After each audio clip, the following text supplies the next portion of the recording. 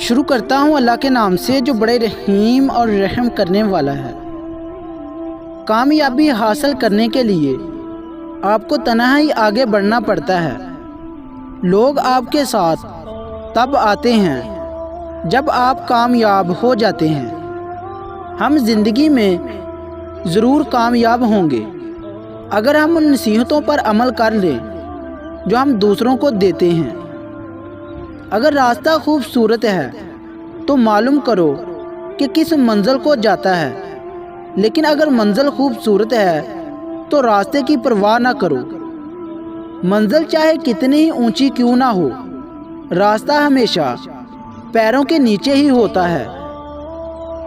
ہر طوفان آپ کی زندگی کو تباہ کرنے کے لیے نہیں آتا، کچھ طوفان آپ کے راستے صاف کرنے کے لیے آتا ہے۔ خواہش سے نہیں گرتے پھل جھولی میں، وقت کی شاخ کو میرے دوست ہلانا ہوگا۔ کچھ نہیں ہوگا اندھیروں کو برا کہنے سے، اپنے حصے کا دیا خود ہی جلانا ہوگا۔ اپنی شخصیت کا موازنہ اس دنیا میں کسی کے ساتھ مت کرو۔ اگر تم ایسا کرتے ہو تو تم خود کو ذلیل کرتے ہو۔ زندگی کبھی آسان نہیں ہوتی، اس کے عادی ہو جاؤ۔ اگر تم ہارنے سے نہیں ڈرتے تو تمہیں کوئی نہیں ہرا سکتا۔ اگر آپ اس شخص کی تلاش میں ہیں جو آپ کی زندگی کو بدل دے گا تو ایک نظر آئینے کی طرف دیکھ لینا۔ ہو سکتا ہے تم زندگی میں کئی مرتبہ ناکام ہوئے ہو، لیکن اس کا مطلب یہ نہیں کہ تم ہار گئے۔ تم اس وقت ہارتے ہو جب تم امید چھوڑ دیتے ہو۔ اگر تم ایک چیز کو بہتر نہیں بنا سکتے تو کم از کم خوبصورت تو بنا ہی سکتے ہو۔